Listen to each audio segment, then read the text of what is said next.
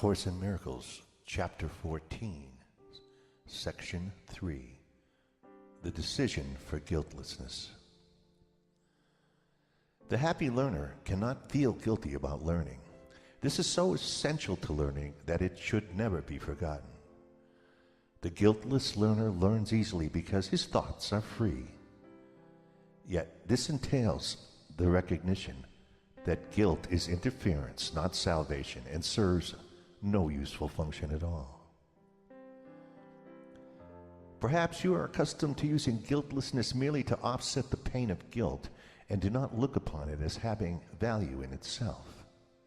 You believe that guilt and guiltlessness are both of value, each representing an escape from what the other does not offer you. You do not want either alone, for without both you do not see yourself as whole and therefore happy. Yet you are whole only in your guiltlessness, and only in your guiltlessness can you be happy. There is no conflict here. To wish for guilt in any way, in any form, will lose appreciation of the value of your guiltlessness and push it from your sight. There is no compromise that you can make with guilt and escape the pain that only guiltlessness allays. Learning is living here, as creating is being in heaven. Whenever the pain of guilt seems to attract you, remember that if you yield to it, you are deciding against your happiness and will not learn how to be happy. Say therefore to yourself gently, but with the conviction born of the love of God and of His Son, what I experience I will make manifest. If I am guiltless, I have nothing to fear. I choose to testify to my acceptance of the atonement, not to its rejection. I would accept my guiltlessness by making it manifest and sharing it. Let me bring peace to God's Son from His Father. Each day, each hour and minute, even each second, you are deciding between the crucifixion and the resurrection, between the ego and the Holy Spirit. The ego is the choice for guilt, the Holy Spirit, the choice for guiltlessness. The power of decision is all that is yours. What you can decide between is fixed because there are no alternatives except truth and illusion. And there is no overlap between them because they are opposites which cannot be reconciled and cannot both be true.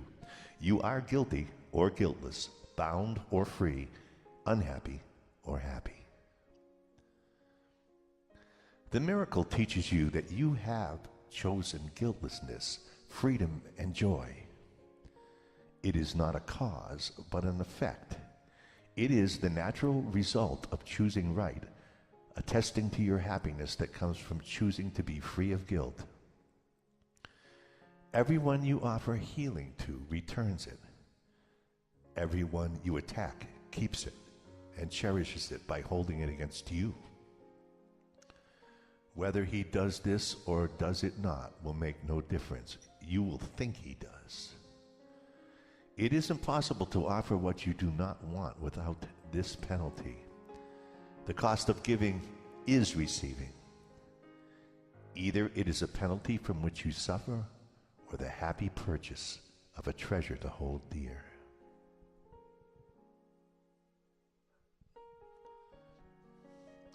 No penalty is ever asked of God's Son except by Himself and of Himself. Every chance given Him to heal is another opportunity to replace darkness with light and fear with love. If He refuses it, He binds Himself to darkness because He did not choose to free His brother and enter light with Him. By giving power to nothing, He throws away the joyous opportunity to learn that nothing has no power. And by not dispelling darkness, He became afraid of darkness and of light. The joy of learning that darkness has no power over the Son of God is the happy lesson the Holy Spirit teaches and would have you teach with Him. It is his joy to teach it, and it will be yours. The way to teach this simple lesson is merely this: guiltlessness is invulnerability. Therefore, make your invulnerability manifest to everyone. Teach him that, whatever he may try to do to you, your perfect freedom from the belief that you can be harmed shows him that he is guiltless. He can do nothing that can hurt you, and by refusing to allow him to think he can, you teach him that the atonement which you have accepted for yourself is also his. There is nothing to forgive. No one can hurt the Son of God. His guilt is wholly without cause, and being without cause cannot exist. God is the only cause, and guilt is not of him. Teach no one he has hurt you, for if you do, you teach yourself that what is not of God has power over you. The causeless cannot be. Do not attest to it, and do not foster belief in it in any mind. Remember always that mind is one and cause is one. You will learn communication with this oneness only when you learn to deny the causeless and accept the cause of God as yours. The power that God has given to his Son is his, and nothing else can his Son see or choose to look upon without imposing on himself the penalty of guilt, in place of all the happy teaching the Holy Spirit would gladly offer him. Whenever you choose to make decisions for yourself, you are thinking destructively, and the decision will be wrong. It will hurt you because of the concept of decision that led to it. It is not true that you can make decisions by yourself or for yourself alone. No thought of God's Son can be separate or isolated in its effects. Every decision is made for the whole sonship, directed in and out, and influencing a constellation larger than anything you have dreamed of. Those who accept the atonement are invulnerable, but those who believe they are guilty will respond to guilt because they think it is salvation and will not refuse to see it and side with it. They believe that increasing guilt is self-protection, and they will fail to understand the simple fact that what they do not want must hurt them. All this arises because they do not believe that what they want is good.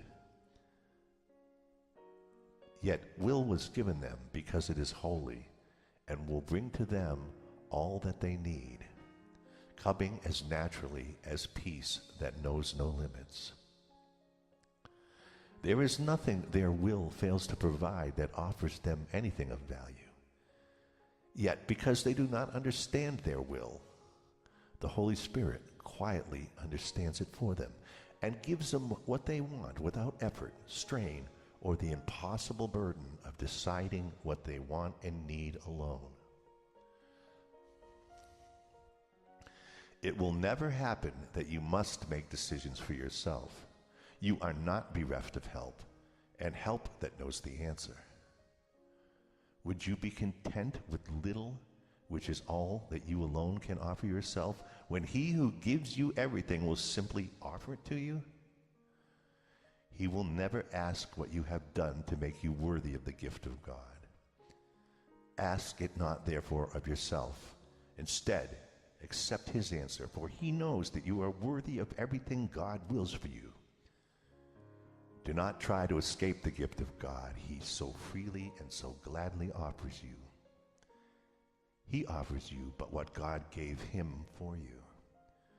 You need not decide whether or not you are deserving of it. God knows you are. Would you deny the truth of God's decision and place your pitiful appraisal of yourself in place of his calm and unswerving value of his Son? Nothing can shake God's conviction of the perfect purity of everything that he created, for it is wholly pure. Do not decide against it, for being of him, it must be true. Peace abides in every mind that quietly accepts the plan of God, the plan God set for its atonement, relinquishing its own. You know not of salvation, for you do not understand it. Make no decisions about what it is or where it lies, but ask the Holy Spirit everything, and leave all decisions to his gentle counsel. The one who knows the plan of God, that what God would have you follow, can teach you what it is. Only his wisdom is capable of guiding you to follow it. Every decision you undertake alone but signifies that you would define what salvation is and what you would be saved from. The Holy Spirit knows that all salvation is escape from guilt. You have no other enemy. And against this strange distortion of the purity of God, the Son of God, the Holy Spirit is your only friend. He is the strong protector of the innocence that sets you free, and it is his decision to undo everything that would obscure your innocence from your unclouded mind. Let him, therefore, be the only guide that you would follow to salvation. He knows the way and leads you gladly on it. With him you will not fail to learn what God wills for you is your will. Without his guidance, you will think that you know alone and will decide against your peace as surely as you decided that salvation lay in you alone. Salvation is of him to whom God gave it for you. He has not forgotten it. Forget him not, and he will make every decision for you, for your salvation and the peace of God in you.